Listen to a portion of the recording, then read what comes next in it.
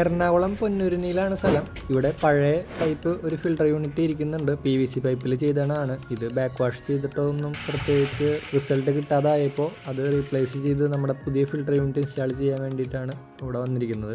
ഇവിടെയും iron removal സിസ്റ്റമാണ് install ചെയ്തത്. ഇവിടുത്തെ കസ്റ്റമർ പിന്നെ ഓൾറെഡി ക്ലോറിനൊക്കെ ഡോസ് ചെയ്തിട്ടാണ് വെള്ളം മുകളിലേക്ക് കയറ്റുന്നത്. ക്ലോറിൻ ഡോസ് ചെയ്യുന്നത് വെള്ളത്തിലുള്ള അയൺ ഓക്സിഡൈസ് ആവാൻ കൂടുതൽ സഹായിക്കും. അപ്പോൾ അത് ഇവിടെ ഈ ഫിൽട്ടർ യൂണിറ്റിൻ്റെ എഫിഷ്യൻസിനെ കൂട്ടുകയാണ് ചെയ്യുക.